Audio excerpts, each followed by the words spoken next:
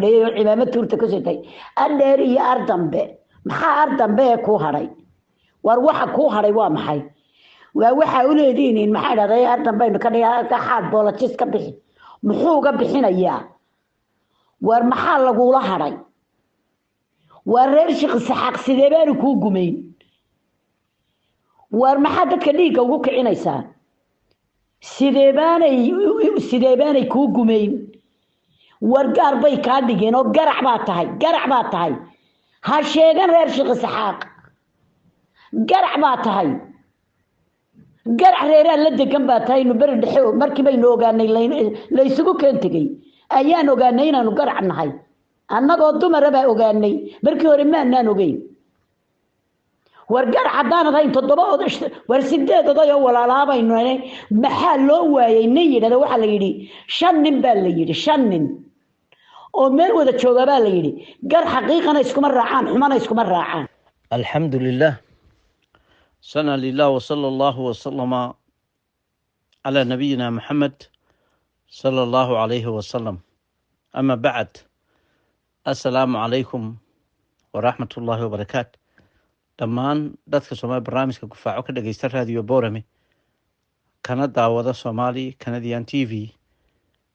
barnaamijka maanta walaalayaal waxaan ku soo qaadanaynaa waxa jirta cajalad islaan ka hadlayso Saade Maxamed Layla oo tiri Dubai baan joogaa cajaladaasi waxay ku jirtaa ay wareegaysaa website-ka Wanaag maamulaha Wanaag ee Xabdi Naasirna waan la hadlay waan u nasiixay waxaan ku yiri ka saar sababtaan raba ummadda Soomaaliyeed inay dhageystaan waxaan rabaa inay idin ogaataan in nabigu yiri sallallahu alayhi wasallam asxaabtiisa maalin maalmaha kamida qiibada ma garanaysaan markaas ay asxaabtii ku jawaabeen garan mayno yaa rasuulullah rasuulka sharxay qiibadu waa walaalka wuxuu dhibsanaya buu yiri waad maqasheen aayadda quraanka ilaahay leeyahay ay yakula lahma akhihi mayitan markuu ilaahay ka warramayo xanta dadka bini'aadanka waxay la mid tahay qof hilib walaalkii oo dhintay cunaya marka xantii marka la fasirayo ee qiibadii laga hadlayo waa wuxuu qofku dhibsanayo qofku amaha kula joogo amaha ka maqnaado nabigu wuxuu sii raaciyay inta qofka dhibsigiisu maaha qof baa waxa tiri wixii waxaanu hayn buu ka yahay waa dambi labaad faqad bahayta waa iftara wax la waa been abuurasho walaalayaal marka in badan dadka saxaafadda ku jira dadka idaacadaha jooga dadka website-ada qoraya iyo dadka muslimiintu inay iska ilaaliyaan weeyi dambiyada dadku ay galayaan oo waliba khatara oo qofku ay tahay axaadiis waciid la oo ku soo aroortay inuu dadku namiimo dadka ka dhex sameeyo uu war ka qaado oo war kale u qaado uu dadka ku wareejiyo si ay ugu dhacdo uu lacagna ugu sameeyo waa khatar weey dadku inay ogaadaan weey diinta islaamku way nooga digaysa walaalayaal marka waxaan leh ummadda meel walba barnaamijka gufaaco ka dhageysanaysa nabigu sallallahu alayhi wasallam xadiis wuxuu ku yiri saxiixa man radda qofka ka radiya ee ka celiya ceeb lagu sheegay walaalkii oo qiiba ama xana ama cirdigiisa oo wax lagu sheegay oo cirdigiisii qofkii wax la sheegay isagoo aan ogeyn ilaahay dartii يوم القيامة وجهي سنار بك إلى رياب النبي ويري ولا ليال أنو قبلنا ما قرنيو رير كشيل الشيء ورير كالحجسة أو معروفة أو لا يقانو ورير صوماليات ورير أنو دارس نهي ورير وليبنا صومالو دانينا وذا تقانوي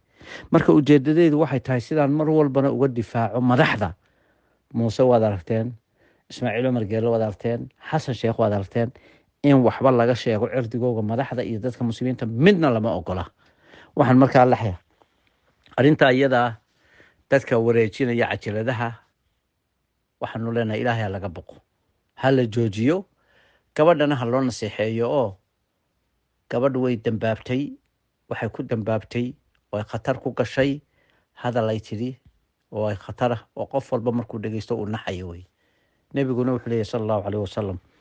adoonku kalmad buu ku hadlaa kelmaddaa uu ku hadlay ilaahay bay cadho gelisaa, naar buu ku galaa.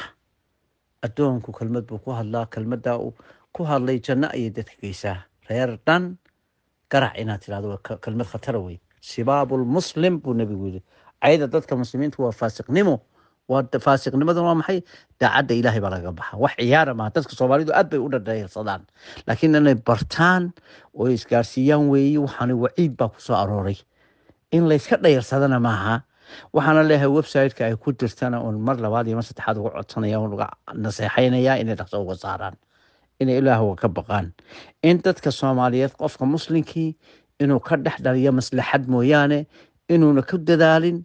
in uu curdigooga iyo maalkooga iyo sharaftooda iyo namiimadooda uu lacag ku sameeyo. waa waxa social media maanta ay ku shaqeeyaan wey. wax banaana maaha shareecada xaggeega, wax loo gol yahayna maaha. dhammaan dadka barnaamijkan dhegaysanaya